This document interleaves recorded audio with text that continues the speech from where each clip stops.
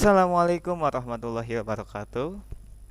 Kembali lagi di video pembelajaran saya dengan saya Imam Fadoli.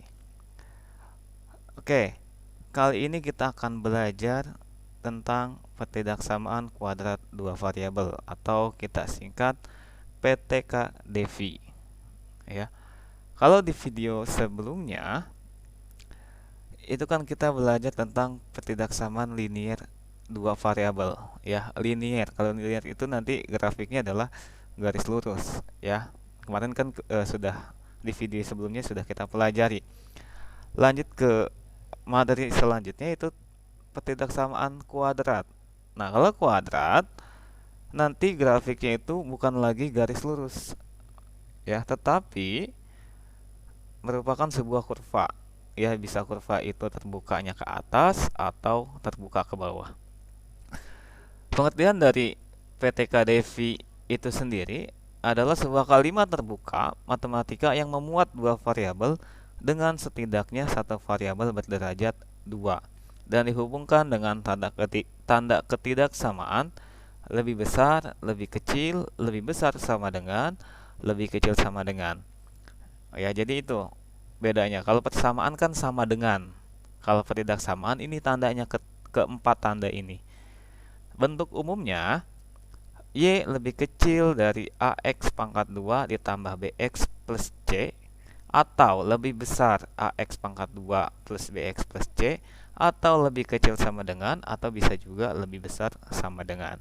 Ya, jadi ini ada bentuk umumnya untuk pertidaksamaan kuadrat dua variabel.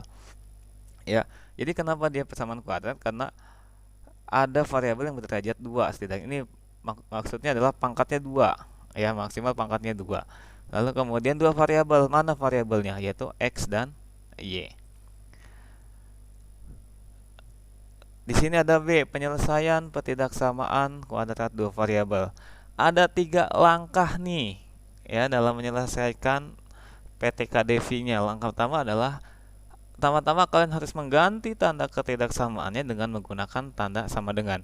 Jadi yang awalnya pertidaksamaan kita ubah menjadi persamaan.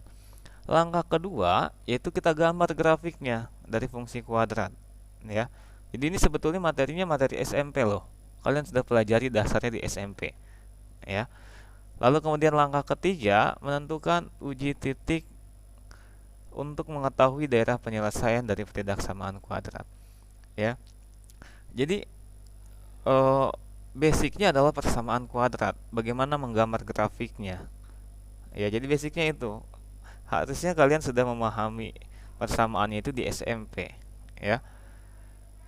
Oke, kita langsung ke contoh soal supaya kalian bisa lebih memahami. Contoh, gambarlah grafik atau daerah penyelesaian himpunan PTK-DEFI berikut. Nomor 1. Di sini ada soal Y lebih besar sama dengan X pangkat 2 min 6X plus 5. Sesuai dengan penyelesaiannya, kita harus melewati langkah 1, langkah 2, dan langkah 3. Oke, langkah 1 adalah mengganti tanda ketidaksamaan menjadi sama dengan. Oke, langkah 1I, ya. Lihat di sini kan awalnya kan lebih besar sama dengan, kita ubah menjadi sama dengan. Kemudian nilai Y-nya kita ganti dengan 0, ya. Sehingga dapat 0 sama dengan X pangkat 2 min 6X plus 5. Nah, kita cari pemfaktorannya, kita cari akar-akarnya. Nah, ini materi SMP, ya. Saya nggak mungkin menjelaskan ini bagaimana caranya lagi.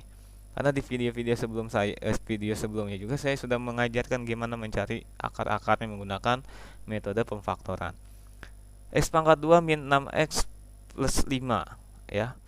Akarnya adalah X min 1 dikali X min 5. Ini pemfaktorannya. Dari mana? Jadi kalian cari di sini, kalau ini dikali ini, hasilnya ini.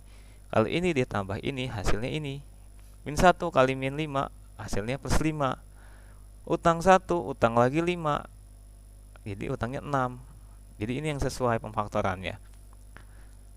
Jadi X min 1 sama dengan 0, kita ambil dari sini, atau X min 5 sama dengan 0. Min 1 nya pindah ke ruas kanan menjadi plus. Jadi X plus X sama dengan 1 atau X sama dengan 5. Ya, jadi ini min 1-nya pindah ke sini jadi plus, min 5-nya juga pindah ke ruas kanan jadi plus. Lalu nomor 2, kalau tadi Y sama dengan 0, sekarang kita ganti X sama dengan 0.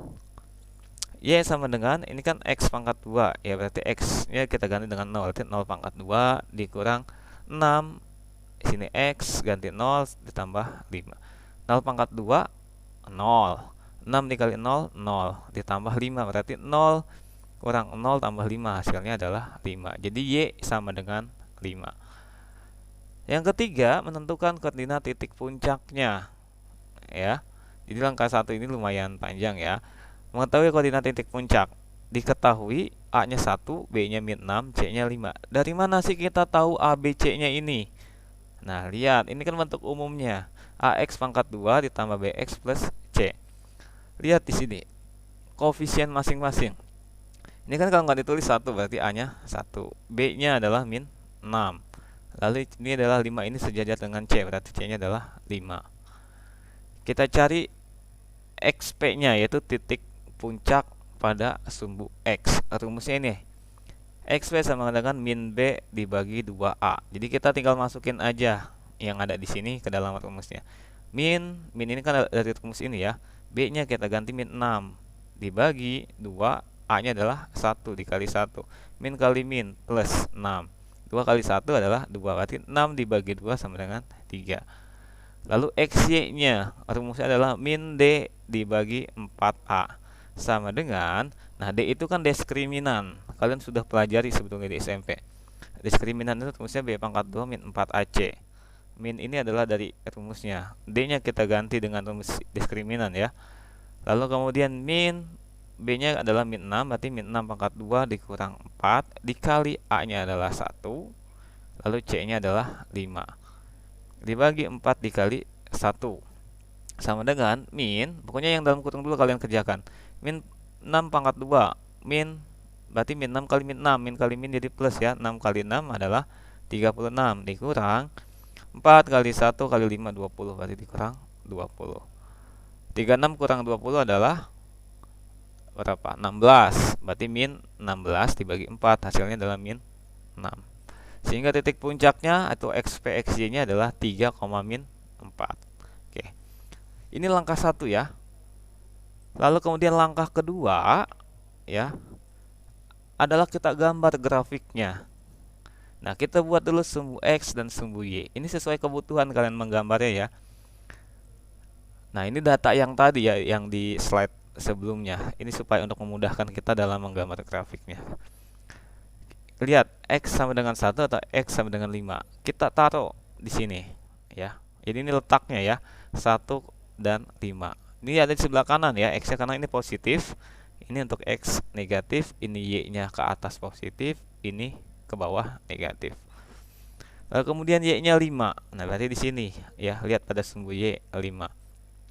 Lalu XP dan YP-nya. X-nya 3. Berarti di sini 3 nih harusnya ya. 3. Nah, Y-nya adalah min 4. Karena min negatif berarti ke bawah, berarti hasilnya min 4. Jadi awas jangan sampai kalian salah meletakkan angkanya ya. Oke. Sekarang di sini jika A-nya lebih besar dari 0, maka terbuka ke atas. Jika A-nya lebih kecil dari 0, maka terbuka ke bawah. Jadi gampangnya, kalau A-nya positif, dia terbukanya ke atas. Kalau A-nya negatif, dia terbuka ke bawah. Lihat A-nya, di mana A-nya? Nih, lihat A ini. A-nya kan positif ya, 1 itu positif. 1 itu lebih besar dari 1 itu lebih besar dari 0. Maka gambar ini harusnya terbuka ke atas. Sekarang kita hubungkan titik-titik ini menggunakan garis. Gimana caranya? Perhatikan. Nah, seperti ini gambarnya ya. Jadi dia memotong sumbu X di 5, lalu kemudian 1, kemudian motong juga di sumbu Y di titik ke-5-nya. Nah, jadi deh, ini adalah grafiknya. Lalu langkah ketiga, kita gunakan titik uji P0,0 untuk menentukan DHP-nya. Apa itu DHP? Daerah himpunan penyelesaian. Substitusikan Y-nya 0, X-nya 0 ya. Ketidaksamaan ini, lihat 0. Jadi kita ganti X, Y-nya dengan 0. kita dapat 0 lebih besar sama dengan 5. Salah. Kenapa salah? Kita perhatikan pernyataan ini. 0 lebih besar sama dengan 5. 0 lebih besar dari 5. Benar nggak 0 itu lebih besar dari 5? Ah, salah kan? Harusnya kalau mau benar itu tandanya dibalik. Nah, karena pernyataan ini salah, ya. Jadi ada ketentuan, kalau dia nilainya benar, arsiat daerah yang mendekati atau memuat titik 0,0.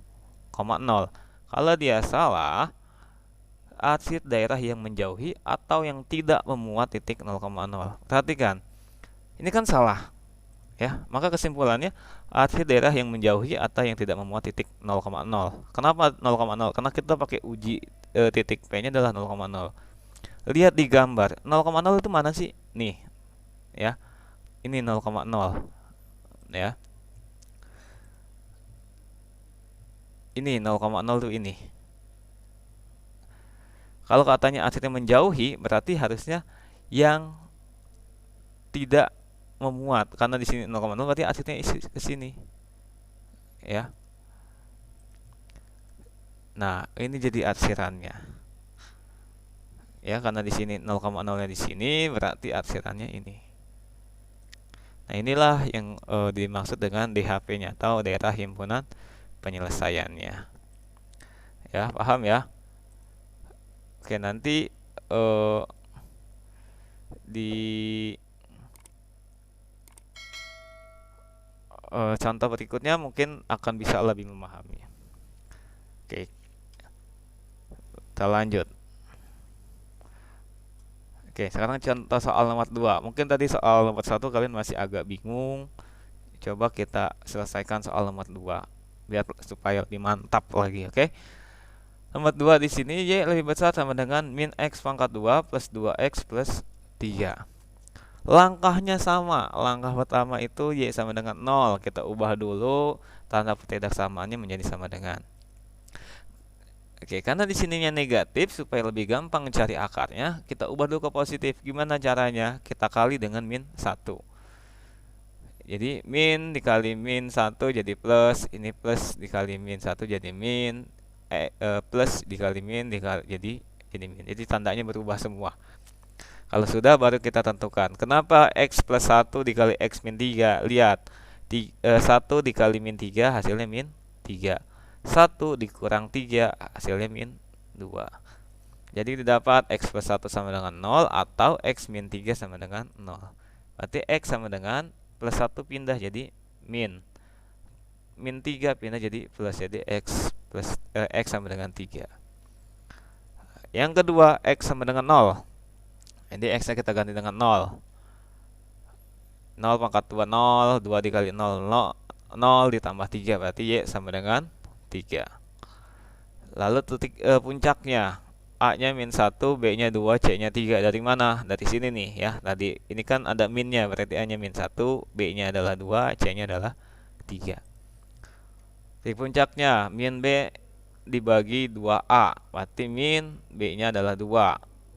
A-nya min 1, berarti min 2 dibagi min 2. Ya, ini kan 2 dikali min 1 ya. Hasilnya adalah 1. Untuk YP-nya, min D dibagi 4A. Min D-nya itu tadi adalah B pangkat 2 min 4AC. Berarti min B-nya ganti 2 pangkat 2 dikurang 4 dikali min 1 dikali 3. 2 pangkat 2 itu 4. Dikurang 4 dikali min 1 kali 3 min 12. Min ketemu min jadi plus. Berarti 4 ditambah 12 hasilnya adalah 16. Karena di sini depannya ada min, berarti jadi min 16. Min 16 dibagi min 4 sama dengan 4. Didapat titik puncaknya XP, YP-nya adalah 1,4. Langkah kedua, kita gambar grafiknya. Sama kayak tadi, kita buat dulu sumbu X dan sumbu Y. Ini data yang sebelumnya ya, ini supaya lebih memudahkan. Berarti X-nya min 1,3. Berarti, nah min 1 ini ada di sebelah kiri ya, karena dia negatif. Min 1 dan 3. Lalu Y-nya 3. Di sini kira-kira.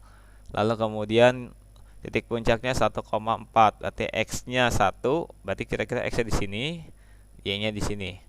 Ya, 4. Jadi kalau dihubungkan dengan garis putus-putus ketemunya di sini. Oke, kalau sudah kita hubungkan dengan garisnya kita gambar. Oh iya, ini kenapa tadi mohon maaf, kenapa gambarnya itu eh, terbukanya ke bawah? Lihat di sini A-nya negatif, ya. Jadi nanti dia terbukanya ke bawah. Ingat ya tadi yang sebelumnya. Kalau A-nya positif terbuka ke atas, kalau A-nya negatif terbuka ke bawah.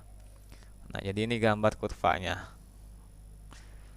Sekarang kita tentukan daerah himpunan penyelesaiannya.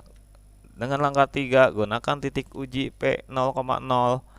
Substitusikan, didapat 0 pangkat 2 ditambah 2 kali 0 tambah 3. Berarti 0 lebih besar sama dengan 3. Ini juga salah. Ya. Ini juga salah. Oke. Kenapa? Karena 0 itu lebih kecil dari 3, bukannya lebih besar dari 3. Jadi pernyataan ini salah. Ingat, kalau pernyataan salah, daerah yang menjauhi atau yang tidak membuat titik 0,0. Jadi itu yang kita arsir. Lihat, titik 0,0-nya kan ada di dalam kurva. Di sini nih, ya. Jadi yang kita arsir itu bukan yang di dalam ini. Kenapa? Karena di sini ketentuannya harus menjauhi atau tidak memuat. Berarti mana yang tidak memuat? Berarti yang berada di luar kurvanya. Gimana cara mengarsirnya? Seperti ini, ya. Jadi yang kita arsir itu daerah yang tidak memuat titik 0,0 atau yang tidak memuat atau yang menjauhi titik 0,0, ya. Kenapa? Karena pernyataan ini salah. Kecuali kalau pernyataan ini benar. Kalau benar, ini yang diarsir yang di dalam. Oke. Nah, jadi begitu cara menyelesaikan sebuah pertidaksamaan kuadrat dua variabel. Ya. Jadi dua contoh saja yang saya kasih. Kalau misalkan ini masih kurang jelas atau kurang memahami kalian bisa cari referensi lainnya di video-video YouTube yang lainnya yang sekiranya bisa membantu kalian dalam memahami materi ini. Kurang lebihnya mohon maaf jika ada yang salah dari penjelasan saya. Mohon dimaafkan. Semoga bermanfaat. Terima kasih. Wassalamualaikum warahmatullahi wabarakatuh.